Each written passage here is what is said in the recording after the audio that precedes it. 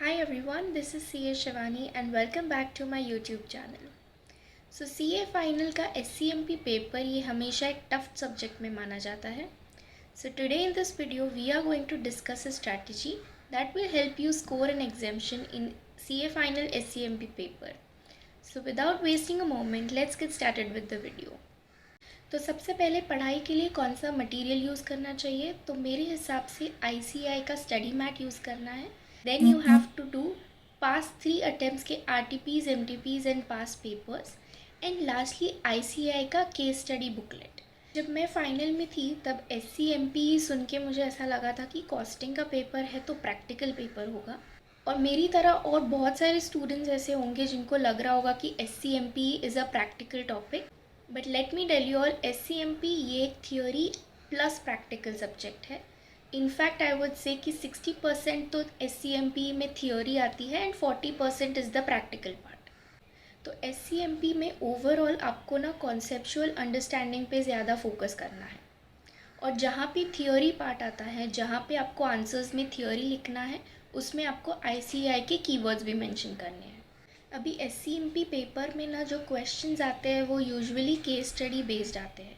आप कोई भी ICAI का पेपर देख लो, उसमें केस स्टडी बेस्ड क्वेश्चंस ही होते हैं. सो आपको एक केस स्टडी दिया जाएगा, उसके ऊपर आपको 4 क्वेश्चंस पूछे जाएंगे, जिसमें से यूजुअली फर्स्ट पार्ट जो होता है that is the practical part, जिसमें आपको कुछ सम सॉल्व करके आपको कोई आंसर ढूंढना है.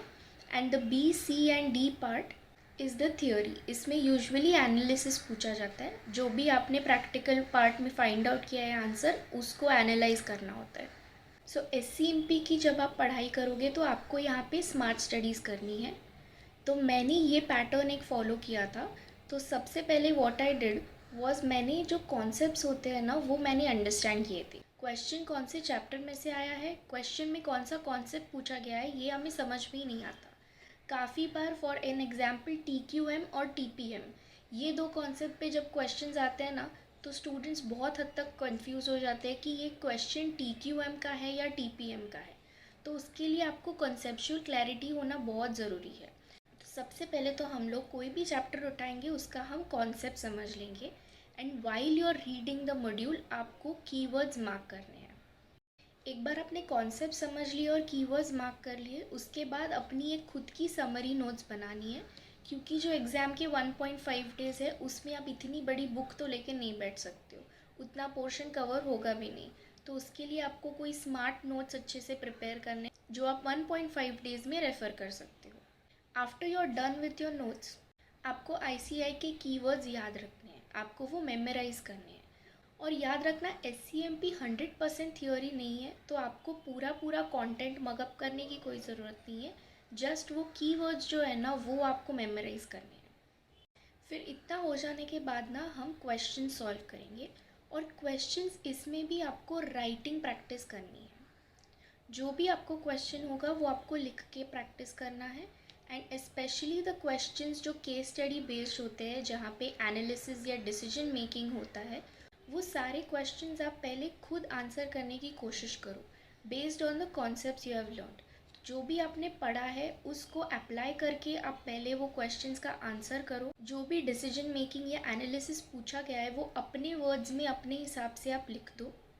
उसके बाद आप ICAI का जो आंसर है वो रेफ़र करो. तो आपको भी पता चलेगा कि आपका कॉन्सेप्चुअल अंडरस्टैंडिंग कितना हुआ है और आप कितने हद तक क्वेश्चंस को सॉल्व कर सकते हो. और ये एनालिसिस पार्ट वाला भी आपको लिख के ही प्रैक्टिस करना है, क्योंकि आप जितना लिखोगे उतना आपको ज़्यादा बेनिफिशियल होगा. तो इसी पैटर्न में आपको हर एक चैप्टर की पढ़ाई करनी है.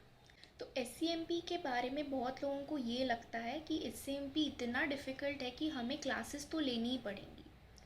और पीपल जिनके पास अभी टाइम नहीं है क्लासेस लेने का, उनको ये क्वेश्चन बहुत आता है कि क्या हम क्लासेस के बिना ये सब्जेक्ट क्लियर कर सकते हैं.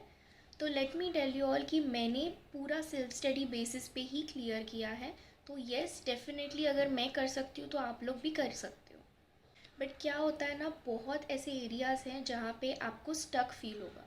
कभी कभी आपको कॉन्सेप्ट्स नहीं समझेंगे, और अगर कॉन्सेप्ट समझ में आ गया है फिर भी कभी कभी क्वेश्चन नहीं समझते. तो ऐसे सिनारियोज़ मैंने भी फेस किए हैं, और तभी मैं क्या करती थी, मैं यूट्यूब पे रिविजन वीडियोज़ रेफ़र करती थी. तो थियोरी या कॉन्सेप्ट में कभी प्रॉब्लम आया तो मैंने सीए मोनीश कानबार के लेक्चर्स रेफ़र किए, और जब भी मुझे कोई क्वेश्चन में प्रॉब्लम आई तो मैंने सीए निकिता वैद्य के वीडियोस रेफ़र किए थे। इनके वीडियोस सच्ची में बहुत ही मुझे यूज़फुल लगे थे। तो आपको भी कभी ऐसी ज़रूरत पड़े तो आप इनके वीडियोस डेफिनेटली चेकआउट कीजिएगा। एससीएमपी का जो पोर्शन है वो मैंने अपने हिसाब से कैटेगरी ए, बी और सी में क्लासिफाई किया गया है। So I just read out the ABC analysis for you. A category में से अराउंड 60 मार्क्स के क्वेश्चंस आते हैं, एंड इसमें performance measurement, lean and innovation, cost management techniques, transfer pricing and decision making है। कैटेगरी बी चैप्टर्स में से 35 to 45 marks के क्वेश्चंस आते हैं, और कैटेगरी बी में मैंने रखे हैं modern business environment, strategic analysis, pricing decision, budgetary control and standard costing. और कैटेगरी सी में मैंने इंट्रोडक्शन चैप्टर को रखा है। ये एबीसी एनालिसिस मैंने बनाया है ताकि आपके पास एक प्रायोरिटी लिस्ट हो और आपको पता चले कि आपको कौन से चैप्टर से स्टार्ट करना है। दिस डज़ नॉट मीन कि आप कोई चैप्टर ऑप्शन में छोड़ सकते हो। If you have plenty time you should always focus on 100% coverage. अगर आपके पास टाइम की कमी है तो फिर आप सिलेक्टिव स्टडी पे जा सकते हो, otherwise I do not recommend it. So that's all for today's video. I hope आपको ये स्ट्रैटेजी अच्छी लगी हो। अगर आपको वीडियो अच्छा लगा है तो लाइक कर देना और अपने दोस्तों के साथ भी शेयर कर देना। ऐसे ही यूज़फुल वीडियोस इस चैनल पे आते रहेंगे, तो चैनल को सब्सक्राइब करना मत भूलिएगा। Thank you so much for watching the video.